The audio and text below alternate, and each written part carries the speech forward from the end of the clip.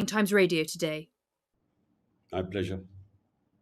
So earlier this week, you addressed your first rally since you were shot 4 times in the leg last autumn, but you spoke to the crowd from a bulletproof box. You believe your life is still in danger?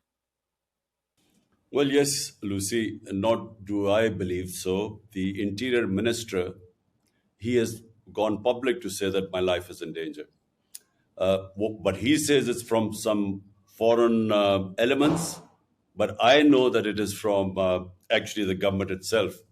There were 3 main people in the government who were responsible, I believe, were responsible for my assassination attempt. I predicted that about 6 weeks before the attempt took place. So they're still sitting in government. They've sabotaged the inquiry report because it was implicating them.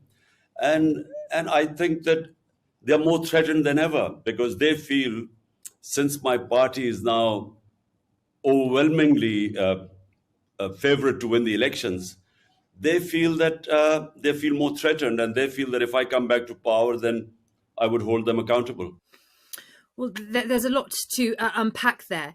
If I may, just to start with, go back to November the 3rd last year, when the assassination attempt took place. Can you tell our listeners, has anyone involved in that attack been brought to justice? And how has your recovery and the recovery of some of your supporters gone since then?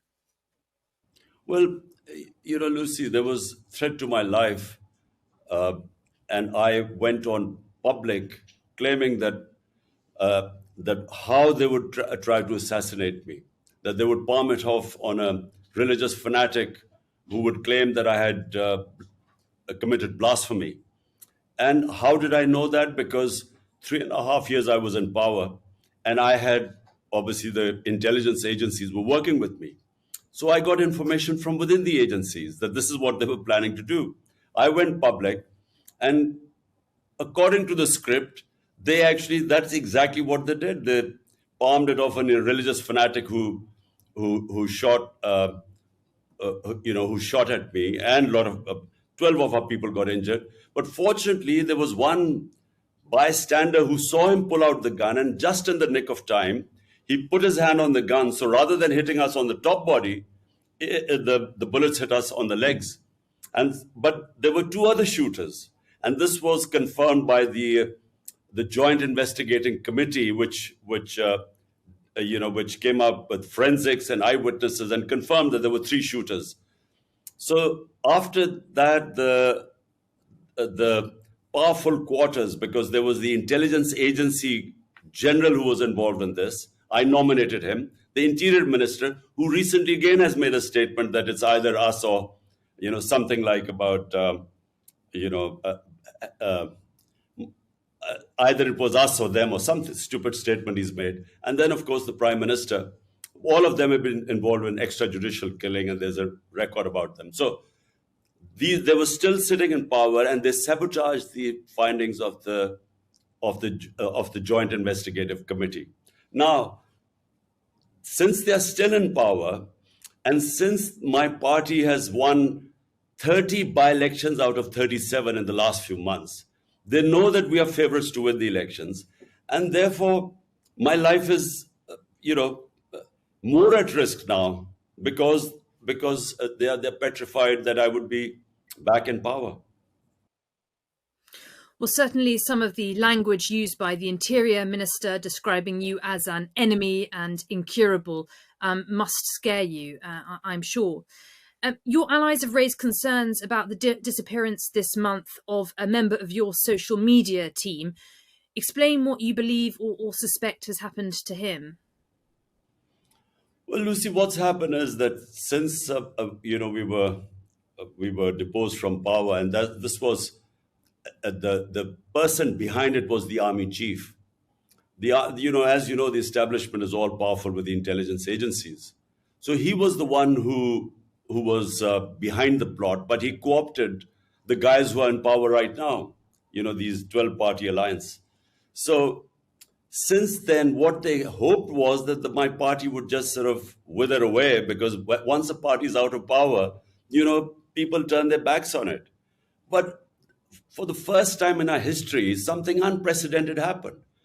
Hundreds and thousands of people came out on the 10th of April. My government was removed on the 9th, 10th of April. Hundreds and thousands of people came out on the streets. Now, when that happened, everyone was taken by shock, including the establishment. So rather than the popularity going down, with time, my popularity and my party soared to heights which no party in Pakistan's history is as popular as my party PTI is right now. Therefore, that's when this plot was hatched to have me removed. And, us winning 30 out of 37 by-elections meant that my life was even more in danger as time went on, because elections are due. The Supreme Court had asked for the provincial elections on the 30th of April. The general elections take place in October. Now they're all scared that in these two provincial elections on the 30th we would win.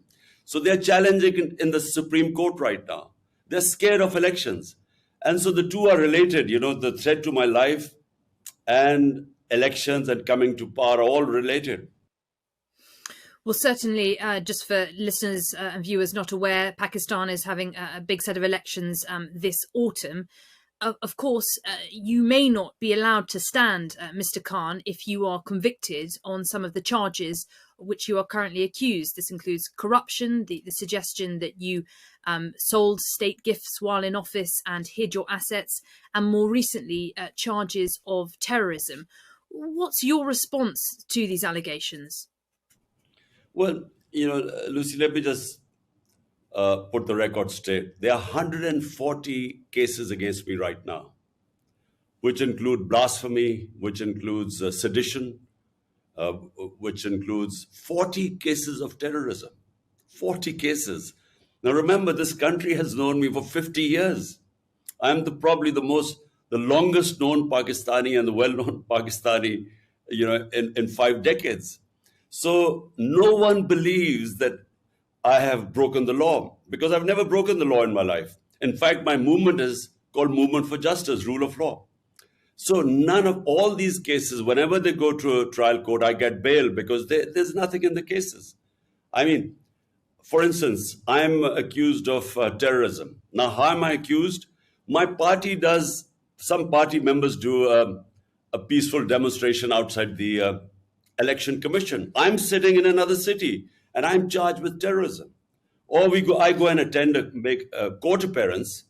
And so there are a lot of follows there. We go in and come out, and there are 3 terrorism cases. So no one believes this. And whenever it goes to court, they get set aside. So your contention is that these are politically motivated cases brought against you? Look, Lucy, never in our history has anyone had 140 cases against me. And the rate it's going, I'm soon about to score my double century.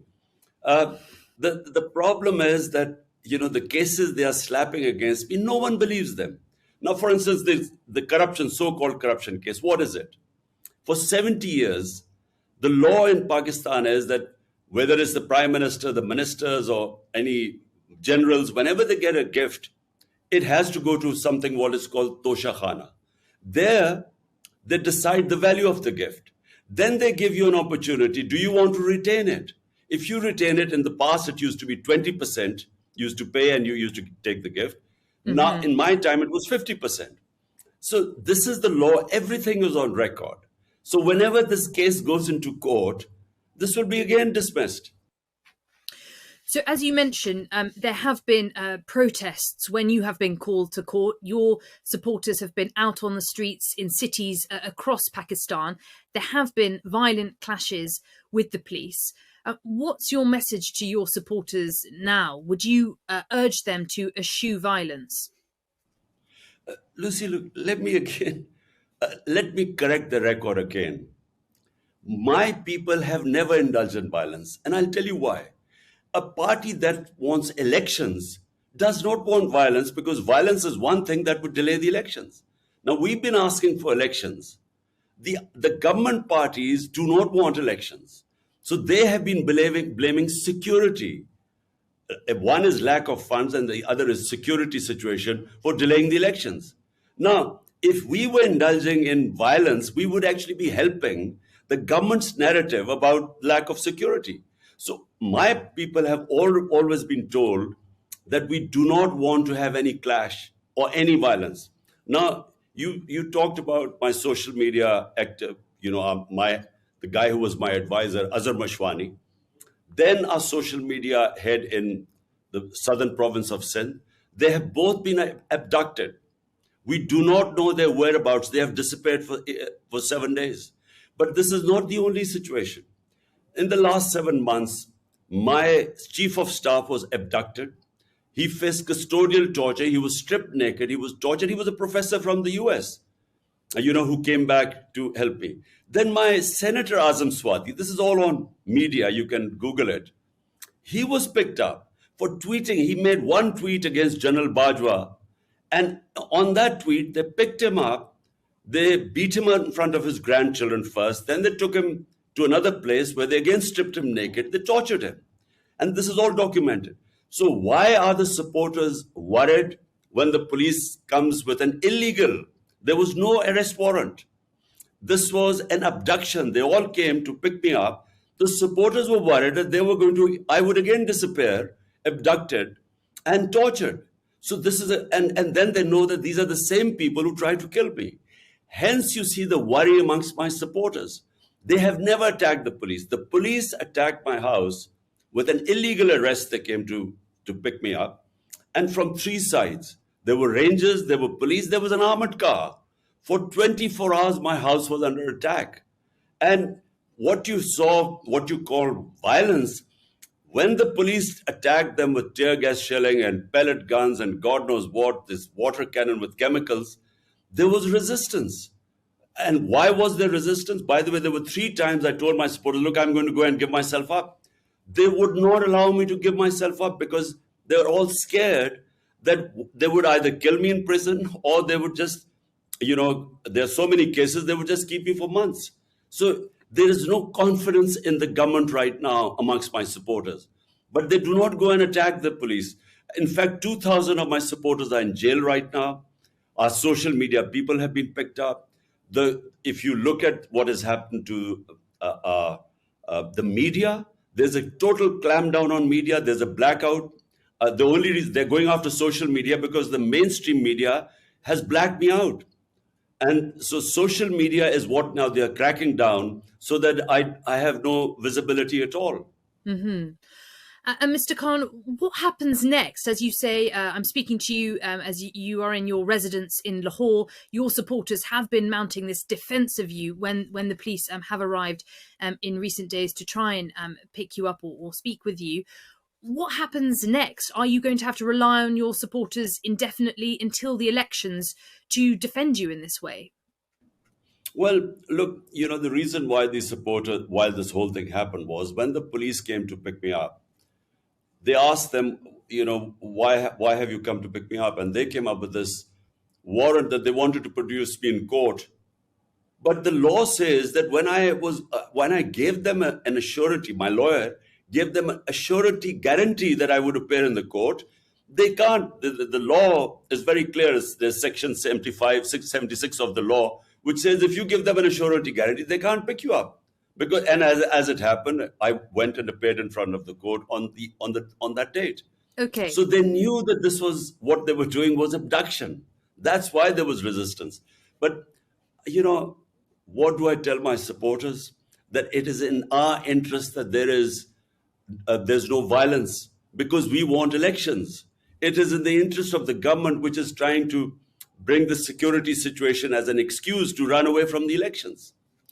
Well, you certainly appear to be riding a wave of public support. I note a poll by Gallup this month putting your approval rating at 61% and that of the current Prime Minister, Shehbaz Sharif, on 36%.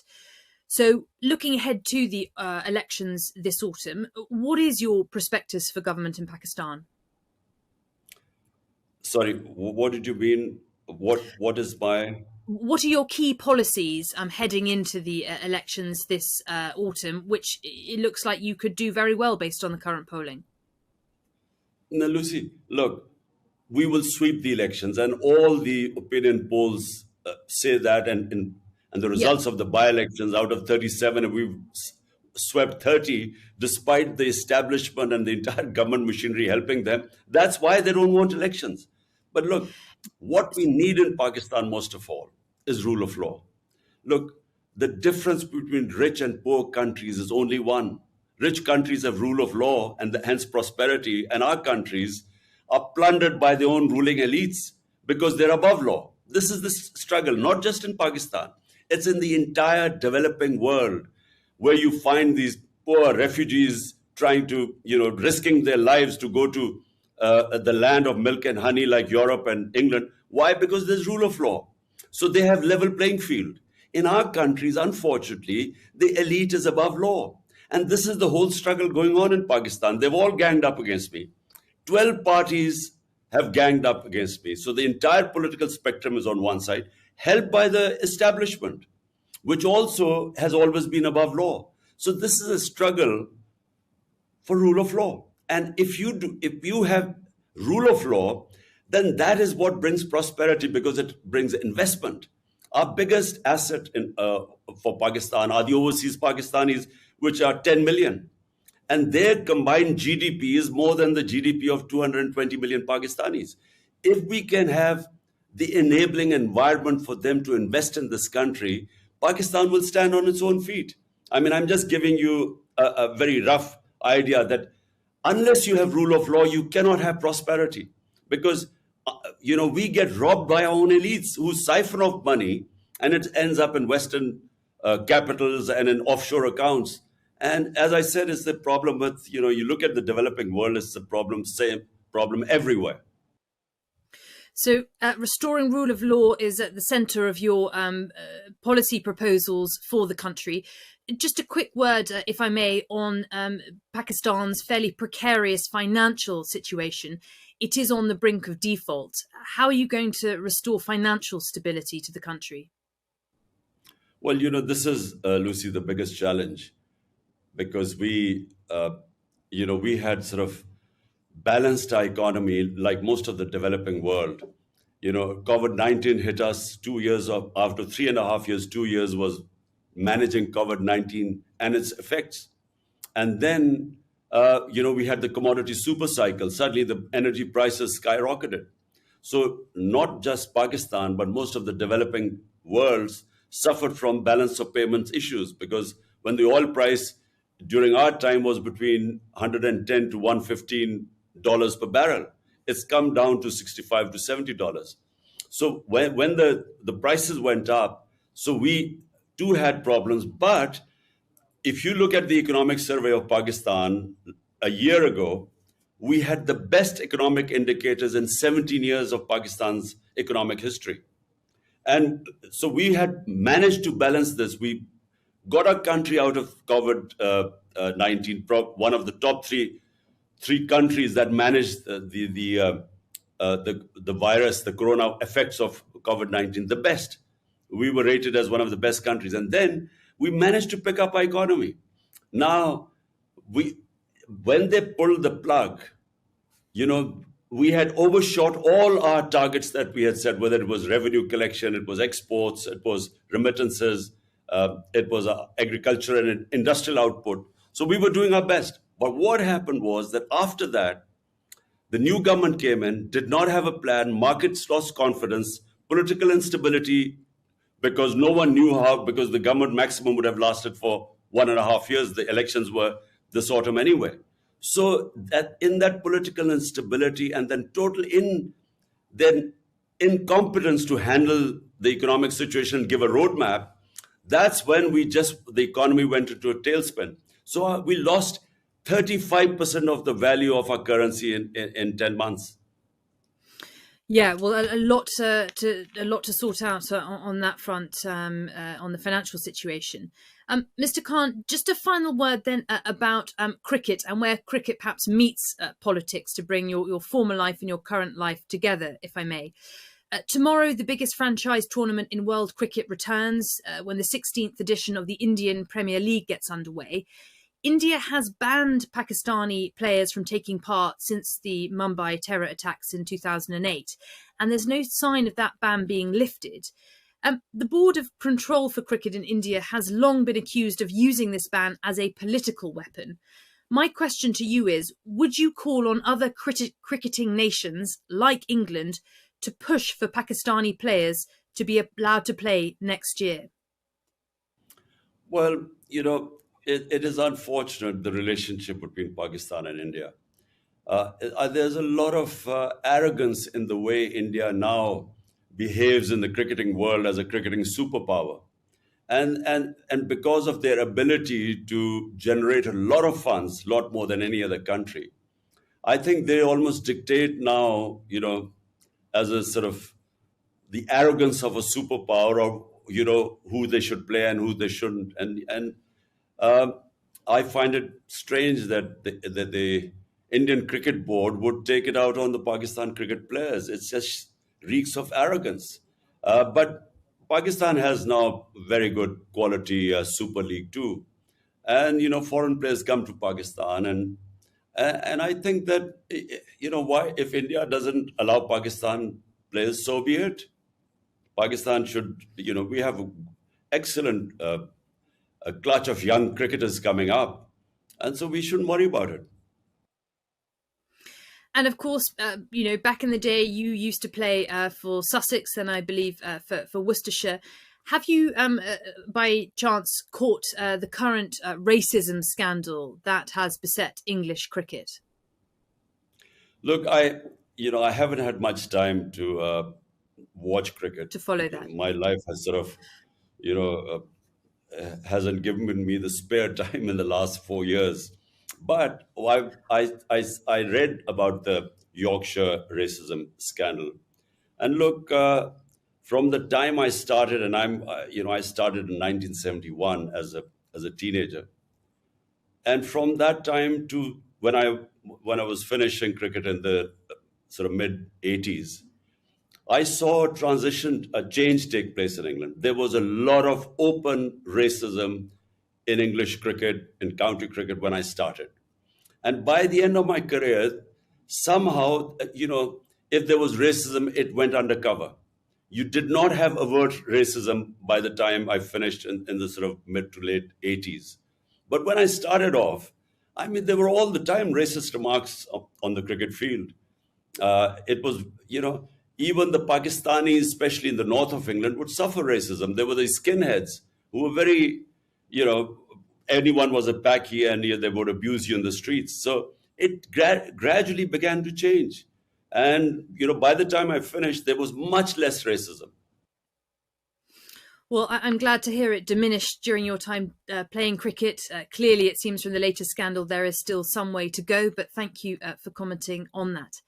That's all we've got time for today. Imran Khan, former Prime Minister of Pakistan and cricketing star, thank you so much for joining Times Radio. My pleasure, Lucy. Thank you.